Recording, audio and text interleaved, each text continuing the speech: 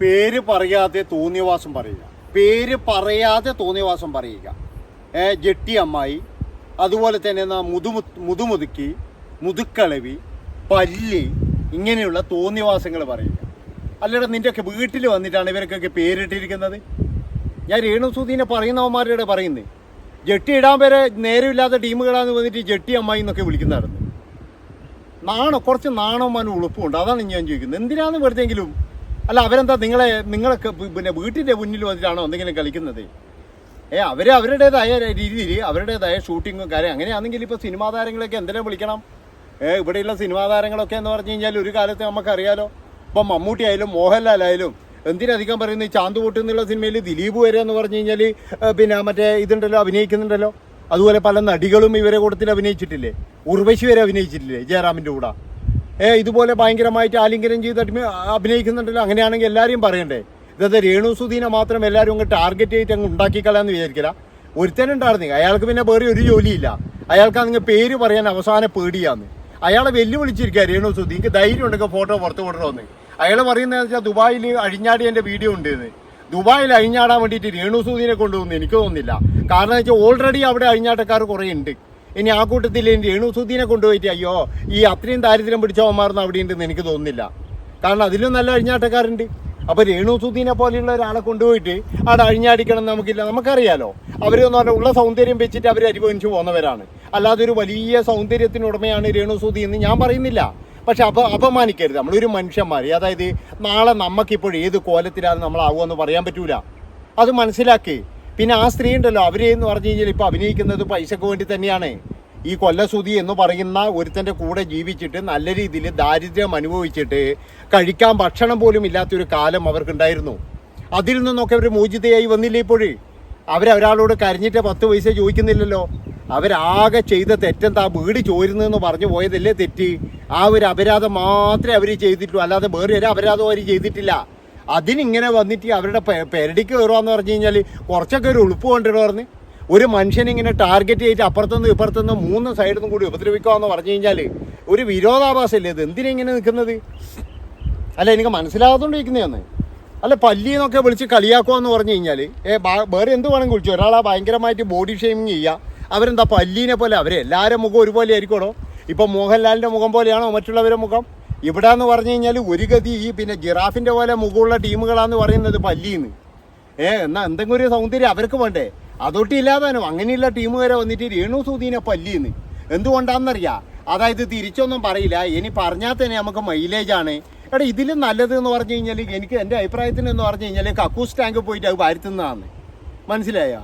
ഒരു സ്ത്രീനെ പറയുന്നതിന് ഒരു സ്ത്രീയല്ലേ? ഒന്നിൽ എനിക്ക് തോന്നുന്നത് എന്താ വെച്ചാൽ സ്ത്രീകളാണ് ഏറ്റവും കൂടുതൽ ഇവരിങ്ങനെ തെറി പറയുന്നത്. സ്ത്രീകൾ തന്നെയാണ് സ്ത്രീകളുടെ ശത്രു എന്ന് എനിക്ക് പറയാനുള്ളൂ.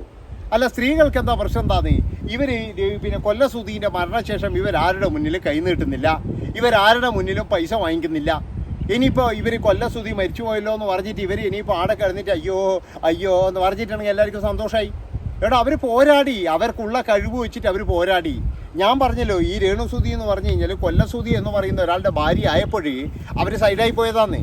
അല്ലെങ്കിൽ എന്ന് പറഞ്ഞു കഴിഞ്ഞാൽ ചിലപ്പോൾ അവരിനി ഇല്ലെങ്കിലും അവർ ഈ ഒരു ഫീൽഡിൽ വരണം എന്നുണ്ടെങ്കിൽ അവരുടെ എത്തും. പിന്നെ എല്ലാവരും എന്ന് പറയുന്നത് സോഷ്യൽ മീഡിയയിൽ വരുന്നത് നന്നാകാനൊന്നും അല്ലല്ലോ. എല്ലാവർക്കും എന്ന് പറഞ്ഞാൽ വേണ്ടതെന്ന് പറഞ്ഞാൽ പൈസ തന്നെയാണ്. ആ പൈസ ഉണ്ടാക്കാൻ തന്നെയാണ് എല്ലാവരും ഇവിടെ മരണക്കളി കളിച്ചുകൊണ്ടിരിക്കുന്നത്, തലകുത്തി മറിഞ്ഞുകൊണ്ടിരിക്കുന്നത്. അവിടെ രേണുസുധി മാത്രം എന്തോ ഒരു വലിയ സംഭവം കാണിക്കുന്നത്. ഈ പറയുന്ന ആളും അങ്ങനെയാണ്. അതായത് ആളെ പേര് പറയാതെ അവൻ്റെയും ഇവൻ്റെയും ഒരാളെ പേര് അയാൾ പറയില്ല. പക്ഷേ പ്രധാനപ്പെട്ട ഒരു നടന്ന് പറയും, അയാൾ പോയിട്ട് ദുബായിൽ പോയിട്ട് ഭാര്യേനെ മറന്നിട്ട് മറ്റേ നടീൻ്റെ കൂടെ നിന്നിനെന്ന് പറയും. അതുപോലെ തന്നെ മറ്റേ സംവിധായകൻ്റെ കൂടെ ഉടുതുണിയില്ലാതെ നിന്നിനെന്ന് പറയും. ഇങ്ങനെയുള്ള ഒരു മാന്യനാണ്. ഒരാളുടെ പേര് പറയില്ല. പേര് പറയാൻ അയാൾക്ക് ധൈര്യമില്ല. അതാണ് മനസ്സിലാക്കേണ്ടത്. ആ പേര് പറയാൻ ആമ്പേർ അയാൾക്കില്ല. കണ്ടിട്ടുണ്ടെങ്കിൽ നമ്മുടെ കണ്ണിനൊരു കാര്യം കണ്ടിട്ടുണ്ടെങ്കിൽ നമുക്കെന്താ പറയുന്നതിനെന്താ? നമ്മളൊരു കണ്ണിന് കണ്ടു, നമ്മളെ കയ്യിൽ തെളിവുണ്ട്. രേണുസുധി തുണി അയച്ചാടുന്ന തെളിവ് എൻ്റെ കയ്യിലുണ്ട്.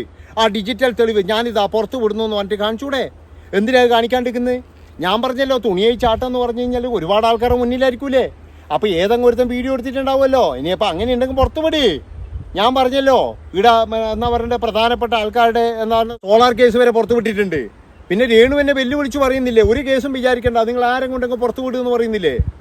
അതാണ് എനിക്ക് പറയാനുള്ളത്. എന്താ വെച്ച് കഴിഞ്ഞാൽ ഈ രേണുസുധി അങ്ങനെയൊക്കെ അഭിനയിച്ചിട്ട് പൈസ ഉണ്ടാക്കുമെങ്കിലും അങ്ങനെ വേറൊരു തരത്തിൽ പോയിട്ടൊന്നും പൈസ ഉണ്ടാക്കുന്നതെന്ന് എനിക്ക് തോന്നിയിട്ടില്ല. മറ്റുള്ള പലരും എന്ന് പറഞ്ഞു കഴിഞ്ഞാൽ അങ്ങനെയൊക്കെ പോയവരായിരിക്കും ഇതിന് സംശയമായിരുന്നേ. അല്ലാതെ രേണുസുതി എവിടെയെങ്കിലും ഏതെങ്കിലും ഒരുത്തൻ്റെ കൂടെ പോയിട്ട് കിടന്നിട്ട് പൈസ ഉണ്ടാക്കിയെന്ന് ഞാൻ ഒരിക്കലും പറയില്ല. കാരണം വെച്ചാൽ അതിൻ്റെ ആവശ്യം അതിനില്ലായിരുന്നു. കാരണം നമുക്കറിയാലോ അവരെക്കാട്ടി വലിയ അഴിഞ്ഞാട്ടക്കാരികൾ ഇഷ്ടംപോലെ ഗൾഫ് നാടുകളിലുണ്ട്. പിന്നെ ഇവർ പോയിട്ട് ആർന്ന് അയ്യോ ഈ പിന്നെ എന്താ പറയണ്ടേ ഇത്രയും ഇതായിട്ട് പോയിട്ട് ചെയ്യേണ്ട ആവശ്യമില്ല. അവർക്കൊരു കഴിവുണ്ട്, അവർക്ക് 10 പേരെ കൂട്ടാൻ കഴിയുന്നുണ്ട്. ഇവിടെ എന്ന് പറഞ്ഞു കഴിഞ്ഞാൽ കുറച്ച് ആൾക്കാർ മാത്രമാണ് അവർക്കെതിരെ തോന്നിയാസമായിട്ട് വരുന്നത്. ഇതൊരു ടാർഗറ്റാണ്, ഇത് ഒരു ഗ്രൂപ്പാണ്, ഇതൊരു വലിയ ഗ്രൂപ്പാണ്, ഇതൊരു വലിയ ഈ വാട്സാപ്പ് ഗ്രൂപ്പാണ്. നിങ്ങളെല്ലാവരും ഇതേ രീതിയിൽ കമൻറ്റ് ചെയ്യണം, ഇതേ രീതിയിൽ ചെയ്യണം എന്നൊക്കെ പറഞ്ഞിട്ട് ചെയ്യിക്കുന്നതാണ്. അതുകൊണ്ടാണ് ഞാൻ പറയുന്നത് എൻ്റെ പൊന്നു മക്കളെ, നമുക്ക് വിമർശിക്കാം, അല്ലെങ്കിൽ വേറെ എന്തും ചെയ്യാം. അവരുടെ പ്രവൃത്തിയിലല്ലെങ്കിൽ ആരെ പല്ലിന്നോ അല്ലെങ്കിൽ നിക്കറമ്മച്ചിന്നോ ഇങ്ങനെയൊക്കെ വിളിക്കുമ്പോഴില്ലേ സത്യം പറയാൽ ഇതിൽ നല്ലതില്ലേ ആ ഒരു കക്കൂസ് ടാങ്ക് പോയിട്ട് വരുത്തുന്നതെന്ന് ഞാൻ പറയുള്ളൂ. അതിൽ അന്തസ്സുണ്ട് നിങ്ങൾക്ക്, മനസ്സിലാക്ക്. അത് കുറച്ചുകൂടി അന്തസ്സുള്ള പരിപാടിയാണ്. അല്ല എന്തെങ്കിലും ഒരു ഇത് വേണ്ടേ, എന്തെങ്കിലും ഒരു ലോജിക്ക് വേണ്ടേ പറയുമ്പോൾ. ഞാൻ പറഞ്ഞില്ല വിമർശിക്കാം, ഞാൻ പറയാം അവരിപ്പോൾ ഈ ഇഴകി ചേർന്ന് അഭിനയിക്കുന്നതോ ഇതൊക്കെ എന്ന് പറഞ്ഞാൽ എനിക്ക് സത്യം പറഞ്ഞാൽ എനിക്ക് വലിയ ഇഷ്ടമൊന്നുമല്ല. എനിക്ക് ഇഷ്ടപ്പെട്ടിട്ടില്ല അഭിനയമൊന്നും. പക്ഷെ അത് അവരുടെ തൊഴിലാണ്, അവർ ചെയ്യട്ടെ, നമുക്കെന്താ, നമുക്ക് വേണമെങ്കിൽ കണ്ടാൽ മതി. പക്ഷേ ഞാൻ ഇതിനിടയ്ക്ക് പറഞ്ഞത് എന്താ, അവരുടെ കൂടെ അഭിനയിച്ച ഒരാൾ അയാളൊരു അക്ഷരം മിണ്ടുന്നില്ല, അയാളുടെ കുടുംബം തകർന്നു, രേണുകാരൻ അയാളുടെ കുടുംബം തകർത്തു എന്നൊക്കെ പറഞ്ഞിട്ട് ഒരുപാട് കമൻറ്റും കാര്യങ്ങളൊക്കെ വരുമ്പോഴും അയാളൊരു അക്ഷരം മിണ്ടിയിട്ടില്ല. അതുകൊണ്ട് അയാളെ വിമർശിയാണ്. അങ്ങനെ പലരെയും നമ്മൾ ചെയ്യും. അപ്പം നമുക്ക് എന്താ വെച്ചാൽ എന്തെങ്കിലും കണ്ട് ഇഷ്ടപ്പെട്ടില്ലെങ്കിൽ നമ്മൾ കൃത്യമായിട്ട് വിമർശിക്കും. പക്ഷേ ഇമാതിരി തോന്നിയവാസത്തിന് നമ്മൾ പോകത്തില്ല. ഇത് വളരെ തോന്നിയവാസം തന്നെയാണ്. കാരണം എന്താണെന്ന് വെച്ച് കഴിഞ്ഞാൽ ഒരു സ്ത്രീ ഒന്നും പറയില്ല എന്ന് കരുതിയിട്ട് അവരെ അങ്ങ് പോയിരിക്കുക എന്നുള്ളൊരു തോന്നിച്ചാണ്. കേൾക്കാൻ വേണ്ടി കുറച്ച് ആൾക്കാരുണ്ടെങ്കിൽ പിന്നെ ഇവർക്ക് സന്തോഷമായി. കാരണം ഞാൻ പറഞ്ഞില്ല ഇതെല്ലാം ഒരു കൊട്ടേഷനാണ്, ഇതൊരു വലിയ കൊട്ടേഷൻ ടീമാണ്, കൊട്ടേഷൻ വർക്കാണ് ഇതൊക്കെ. അതായത് നമ്മൾ വിചാരിക്കുന്ന പോലെ ഈ വാളെടുത്ത് അതൊന്നല്ല കൊട്ടേഷൻ, ഈ സൈബർ ഗുണ്ടാക്രമണം തന്നെയാണ് ഇതെന്ന് പറഞ്ഞാൽ കൃത്യമായിട്ട് പോയിന്റോട് കൂടിയിട്ട് കൃത്യമായിട്ട് പൈസയിൽ തന്നെ കൊടുക്കുന്നതാണ്. അല്ലാതെ ഈ രേണുസുധീൻ്റെ പുറകെ ആരെങ്കിലും നടക്കോ നിങ്ങളെന്ന് പറയാറുണ്ട്. അവരെ ടാർഗറ്റ് ചെയ്തിട്ട് അവർക്കെതിരെ ഒരു വീഡിയോ ഒരു ദിവസം പോകണമെന്ന് പറഞ്ഞിട്ടാണ് ചില ആൾ നടക്കുന്നത്. അങ്ങനെ ആരെങ്കിലും നടക്കുമോ?